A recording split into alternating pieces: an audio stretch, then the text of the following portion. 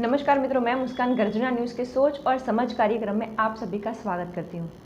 आज का टॉपिक है कि क्या कानून ज़रूरी है। ज़्यादातर लोग मानते हैं कि अभी मोदी राज है या तो फिर अधिकारियों का राज है, लेकिन ऐसा नहीं है। हिंदुस्तान में डेमोक्रेसी है, इसलिए किसी व्यक्ति का नहीं लेकिन कानून का राज है। एक बात सही है कि समय आधीन सब चीज़ अपने आप को बदलती है। दुनिया परिवर्तनशील है। समय, काल, टाइम ये सब फॉरवर्ड गेयर्स में चलता है, रिवर्स सिस्टम नहीं होता। आप चाहो तो भी पास्ट में नहीं जी सकते, इसलिए परिवर्तन का स्वीकार करके भविष्य में जीने की तैयारी हमेशा रखनी चाहिए। इसे मॉडर्निटी कहते हैं। ये कानून सिर्फ इंसान के लिए नहीं लेकिन कुदरत का भी कानून है, और कानून हमेशा प्रोग्रेसिव होता है, रिग्रेसिव नहीं। कानून धर्म, ज्ञाति, जेंडर, कलर ये सब नहीं देखता, सिर्फ और सिर्फ नीति देखता है। व्यक्तिगत लाइक, डिसलाइक, पूर्वग्रह, मान्यताएं ये सब कानून में नहीं होता। कानून सबके लिए एक समान होता है।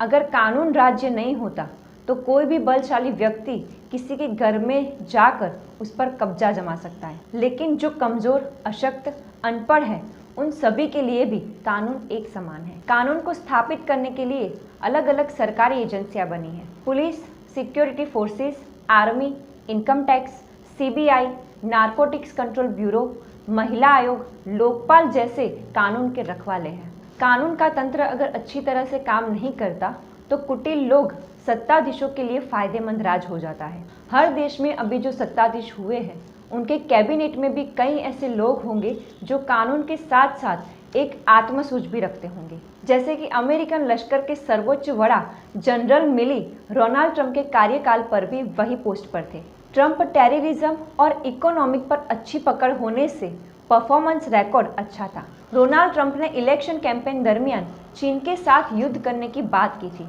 और साथ में परमाणु हमला करने की भी तैयारी हुई थी। ये बात उनके द्वारा बोली गई थी।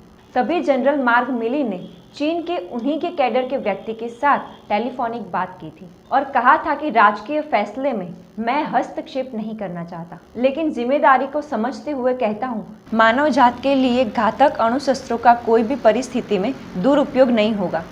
कोई भी प्रमुख शस्त्रों का अनैतिक और गैर कानूनी तरीके से उपयोग नहीं कर सकता। आप निश्चित रहिए, कोई भी मनस्वी तरीके से परमाणु शस्त्रों का दुरुपयोग नहीं कर सकता। मार्क मिली जैसे जोश के साथ होश रखने वाले अधिकारियों दोनों पक्ष में होते हैं, इसलिए अमेरिका और रशिया के बीच सालों तक कोल्ड वॉर हुआ, लेकिन मानव जात को नुकसान करने वाला परमाणु शस्त्रों का उपयोग नहीं हुआ था।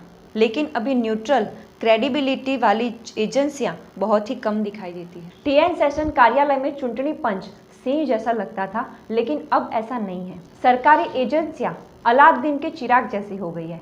दीपक जिसके हाथ, एजेंसियां उसकी दास। एजेंसियां हर वक्त गलत नहीं होती, लेकिन कभी कभार कोर्ट भी कुछ अलग कर देती है। इलाहाबाद हाईकोर्ट के जज Shekhar Yadav forwarded WhatsApp message में मिस इन्फॉर्मेशन जजमेंट में उल्लेख करते हैं और कोई उन्हें टोकते भी नहीं है। अमेरिका में माना जाता है कि जज जितने पुराने, फैसला उतना ही सही।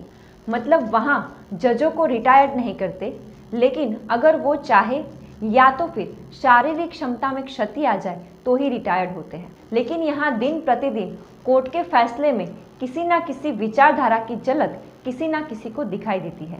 अगर अपने फेवर में जजमेंट आया तो सब सही, अगर अपने फेवर में जजमेंट नहीं आया तो सब गलत। और इसमें सोशल मीडिया तेजी से आग फैलाने की कोशिश करती है। धन्यवाद।